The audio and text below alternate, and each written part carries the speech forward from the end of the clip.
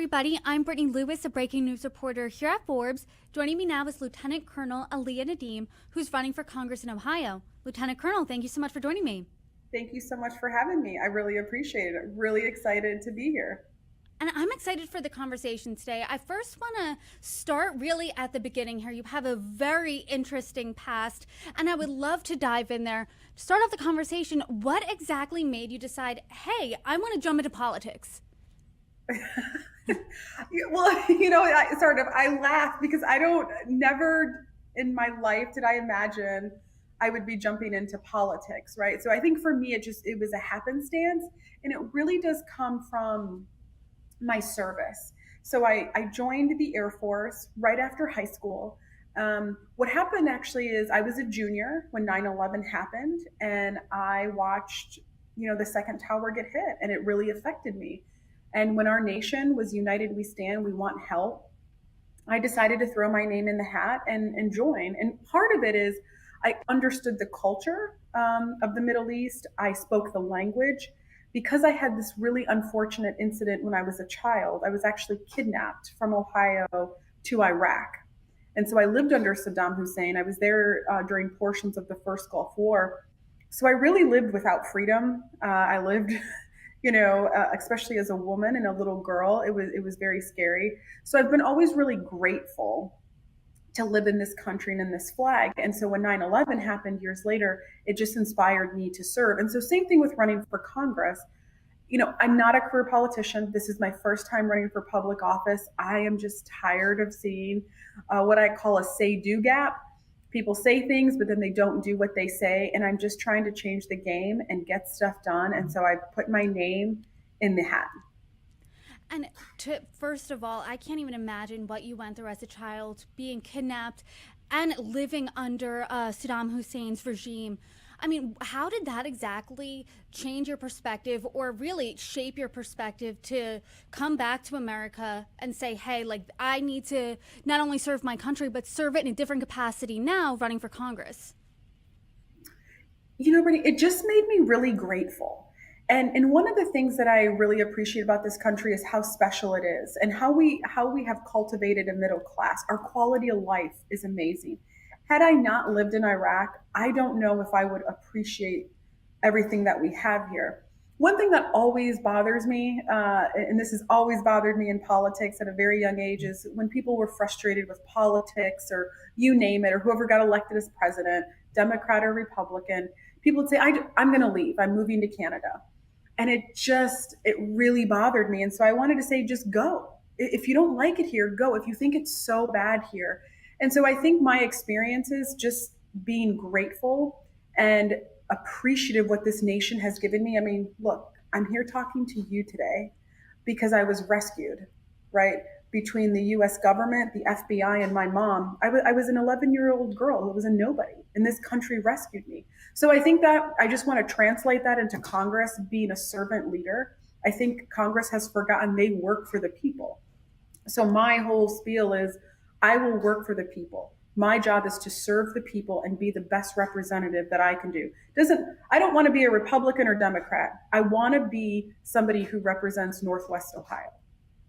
And I like that you want to fill what is you described as that say-do gap. And that's something I hear from a lot of veterans, especially veterans serving in Congress. I come from a family of veterans. My uncle is an Air Force veteran. My grandfather was a Marine. And they have the same mentality of, talk is one thing, but do it. Actions speak louder than words, get things done. And I see that especially with the Four Country Caucus, which is a bipartisan caucus of Republicans and Democrats who serve our country in the military. Now they're in Congress and they find ways to work together. You're saying you don't want to be a Republican, you don't want to be a Democrat. I mean, can you work with members of Congress? What are the issues that matter to you? Yeah, well, one of the things, veterans, it's easy to work together, right? We come from all around the United States, from all walks of life, come together and have to complete a mission. So it's just natural for us to work together and get stuff done. And I always say, if we don't get our mission accomplished, right, it's just a lesson learned. So we're used to getting things done. So I think bringing, Democrats, Republican, veterans together, we just know how to get stuff done. In terms of what's really important to me, so I actually grew up here in Toledo, Ohio. My mother is a union electrician. My stepfather's a welder. My sister's a union electrician. I mean, I can go on. We're like a working class family, and I joke around, I am the black sheep of the family. I don't have a trade skill like they do. And what I've seen over the years is these jobs, these blue collar jobs, have been hollowed out. And what's happened is, unfortunately, we've allowed policy at the national level. We've incentivized businesses to take their businesses to China and Mexico. And we can't have that. Ohio alone, since 1983, has lost 400 manufacturing jobs. And so the area that I grew up in used to be the American might. So World War II, we were pumping out the Jeep, right? The Jeep is made here in Toledo. We were pumping out airplanes. We were pumping out engines. We're not doing that like we used to. And so we've hollowed it out. So that's a really big issue for me, is that I just want to ensure that we have a healthy manufacturing, blue collar jobs. Because I don't know if you'll recall, Brittany, is during COVID, we couldn't even make our own chips for our vehicles. And the price of vehicles skyrocketed. We have to have some sovereign options, that we have our own manufacturing base. And the other part that I'm really passionate about is Ohio specifically. We have this unfortunate statistics. We are number 7 in overdoses in the nation, and 80 to 90% is related to fentanyl. So now you've hollowed out our jobs, and we have a drug problem. This is how a city disappears, and this is what I'm really worried about. And we have to change. I know that President Trump has said that he wants to bring back manufacturing to the United States. That's part of the reason why he has implemented his tariff policy. Obviously, as you know, domestic manufacturing can't grow here overnight. So what do you want to see done? What would you do in Congress to bring back domestic manufacturing? Excellent question. It's a patience game, right? It took us a while. If you think about it, it took us a while to go to China and Mexico. Right? It's going to take us a while to get those back. But I think what you have to do is you have to figure out how to incentivize businesses to come back. One of the things that I hear with businesses is, well, labor is cheaper. Well, maybe so, but is it right? Just because you can get cheaper labor, is it right to sell out your own country? So I think we have to incentivize businesses to come back to the United States. And I think Americans will buy American made products. It may be a little bit more expensive, but wages will also go up. Once you have an industrial base that continues to grow, and people know it's a safe, right? It's a safe business. They're going to want to purchase that. I will tell you, here, Northwest Ohio, people love American made. They want American made. They will pay higher prices for American made. So I think we have a real chance with the tariffs and the combination of things that the president is doing to turn this back around. I grew up in Pennsylvania, so I am your neighbor right next door there. And I think that something that has touched every community in this country, regardless of where it is, regardless of party lines, is the drug and fentanyl crisis. And President Trump, he has outlined some ways he wants to fight this, including just last week, his administration announced a $50 million bounty to get the Venezuelan president any information on him that would lead to his arrest. Also, President Trump has said things like he wants to use tariffs on places like Mexico, China, and Canada as a way to combat the fentanyl crisis. What else do you think can be done here to solve this problem? Right. Well, I think one of the things that the president is doing is he's really securing our border. So, you have to think, how is fentanyl coming here? Well, it actually goes from China to Mexico through the United States. And then you think, how does it end up somewhere in North Ohio? Like, I mean, it's literally traveling up here. So I think the first thing is you have to secure our borders. You have to know what's happening. Also, we have to have realistic treatment plans. So fentanyl is really cheap, right? It's laced in almost everything. So, for example, people are overdosing at some point accidentally because they're buying maybe some other, like a painkiller, and it's laced with fentanyl. So I think we have to make sure, how do we actually rehabilitate these folks? And in the community here, we've had so many overdoses.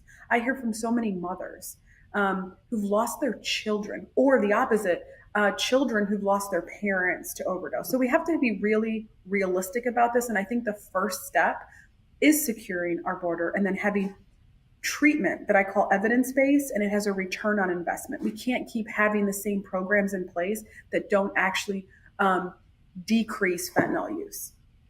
I'm curious what you think that treatment would look like because, like I said, this has touched almost every community, and there doesn't seem, as of this second, to be, this big one step cure. So, what do you think that treatment would really look like?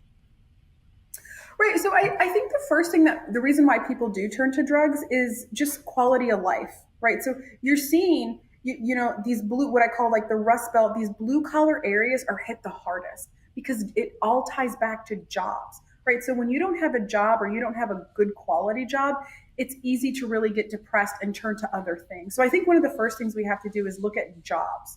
Right. The second thing is in terms of treatment, I think what we've really looked at is, okay, how long does it take to get somebody clean? And what does that process look like? And I think a lot of it too is, hey, what is your next step? What's your job? A lot of people just don't have quality jobs or can't hold a job. So I think a lot of it is tied into work, right? We get there is dignity in work. So I look at those two as intertwined together.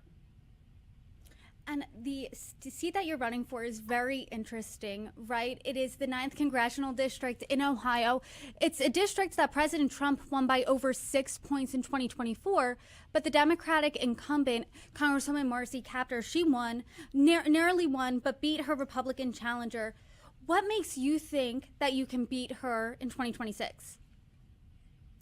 What I think has happened is we haven't run quality candidates. So this is one of those districts, and you pointed it out perfectly. This is an R+3 district. So President Trump won this district, and so did Marcy Kaptur. So what it tells you is, and we're just looking at data here, right? It tells you Northwest Ohio still votes for the person over party. They care. If we would have run the right candidate, this one I wouldn't even be here. And like everybody else, I watched. I was hoping this would turn because I don't think Ms. Captor is having the integrity. She says one thing. She's really a say-do gap. She says one thing, but then she votes like California and New York. But we're not California and New York. And so you need quality candidates that are going to be able to go against Marcy Kaptur's record. And so right now, I do think I can do that. Right? I'm a political outsider. I don't have this sort of, long career in politics. And what you're seeing though, is people who are not, sort of have a political pedigree, they're winning. I mean, look at the vice president, look at the president, look at Vivek, look at Senator Marino. And like you said, you're saying that she didn't run against a quality candidate, a quality Republican. That Republican's back in this primary. Former state representative Derek Merrin, he narrowly lost to Kaptur in 2024. Like I said, he's looking for a rematch. Another Republican is State Representative Josh Williams. He serves as the majority whip in the Ohio House. Before you run against Kaptur, you have to come out on top in the Republican primary. What separates you from that pool of candidates? Yeah, well, I think that's a great question. I think the difference is you have somebody like Derek Merrin who didn't do the hard work, was unable to raise enough money and actually go after Marcy's Kaptur record. So I think there's challenges there. By all means, he had the president's endorsement at that time, which I don't think he will get again. He also had the NRCC helping him raise money, and he still couldn't do it. So he had all the right things to happen. He had, it was an exciting time. He should have won it. Then you have somebody like Mr. Williams who has a really colorful record, right? Somebody who's had a DUI, somebody who actually defends criminals, but who also says that they're hard on crime. These are the type of candidates Marcy Kaptur wants to run against, and we can't take a chance here. We cannot take a chance because what's at stake is we will lose the House and then the president will be impeached. We need to have somebody with a strong record and who can bring the fight to Marcy Kaptur. We're seeing a redistricting fight in Texas play out right now, and Ohio seems to be next because Ohio has to redraw it rather, ahead of the 2026 midterms. This is a seat that could potentially be impacted by that redistricting. What do you think of that? Ohio already had to do it. So in the last term, they didn't get a bipartisan support. So it was only good for 2 years. So Ohio was going to do this regardless what's happening in Texas, anywhere else. Ohio already had to do this type of work. And so, yeah, I don't know what's going to happen in the legislature, but that is up for them to decide how they want this to look. It's going to be tough because it has to be somewhat bipartisan. It has to pass so many levels of government to make it a reality. I will tell you, uh, some people want to make it, maybe an R+7. To me, it doesn't matter. I think this is a winnable seat right now. It's an R+3. Again, it goes back to having a good quality candidate. So if they didn't touch this district, I'm actually perfectly happy with that. I still think we can turn this around. That's really interesting because I want to read some reporting from the Cincinnati Enquirer. This is what they wrote. Senator Bernie Moreno told Punchbowl News that Republicans would probably end up with a 12-3 map that reflects the state. That would give Republicans 80% of the congressional seats in a state where Trump won 55% of the votes. So you're saying, hey, you know what? It doesn't even matter if they redraw this. The way the district looks today, I can win this. Absolutely. Absolutely. Yeah, because President Trump won it by 6%. I mean, I think the data is there. And so if we don't redraw it, I'm perfectly comfortable with that. And let's listen, because Democrats are already spewing stuff, right? They're saying gerrymandering. They're like, you know what? Let's fight fair then. If you think that, I'm ready to go head to head with Marcy Kaptur the way it's drawn right now. And I'm curious, what's next for your campaign here? Because like we said, you have the Republican primary to look forward to. So what are you doing between now and then? Well, one of the first things I have to do, so this is the unfortunate part of politics, is you have to raise enough money. And so right now, Marcy Kaptur has about $1 million in her bank to use during her political campaign, right? And so I have to be able to counter that. So I'm taking the lessons learned and things the previous candidates didn't do, and I'm doing that. So one of the big things is being able to raise enough money, meeting constituents to get them to see, let's see the bigger picture. Do you want to win the primary or do you want to win the general? Who is going to be the best candidate to go to the general? So much is at stake here. So those are the things that I'm doing now so that when we get into January and May 2026, I can focus on just meeting people and convincing them why I'm the right choice. And more importantly, at the end of the day, I want to earn people's trust and vote. I want them to feel good that their vote is going to a candidate who's going to work hard. I'm not just here to like blow hot air. I'm here to do something and get stuff done. I'm really serious about this. And there's a lot at stake right now. And so I'm really just trying to do the hard work. Lieutenant Colonel Alea Nadeem, thank you so much for joining me. I hope to have more conversations soon. You're welcome back anytime. Absolutely. Thank you, Brittany.